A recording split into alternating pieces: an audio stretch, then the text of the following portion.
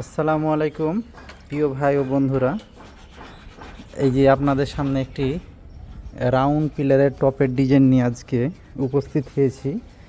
কাজটি আমরা এই যে রাপ করার পরে এখানে এই কাজ শুরু করেছি, এখনও কাজটা কমপ্লিট হয় নাই। চাইলাম যে হওয়ার আগে কেমন দেখায় এবং পরে কেমন দেখায়, এই জন্য ভিডিওটি আপনাদের সামনে তুলে ধরতেছি।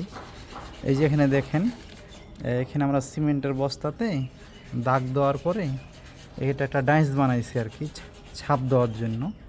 তো এইভাবে উদ্দেশ্য হলো, ছাপ দেওয়ার উদ্দেশ্য হলো যে এটা কিন্তু পিলারে 4টা পাশ, তো প্রত্যেকটা পাশে কিন্তু একমতো যেন সেম সেম হয়, এই জন্য এই ছাপটা আমরা ব্যবহার করতেছি। আর এটা ছাপ না দিলে যদি হাত দিয়ে আঁকাইতে যায় সেক্ষেত্রে আপনার বেশ কম হয়ে যাওয়ার সম্ভাবনা আছে। এ হলো বিষয়। তো কাজটি কমপ্লিট হলে আবার ভিডিও দেবো। তো আল্লাহ হাফেজ, আসসালামু আলাইকুম।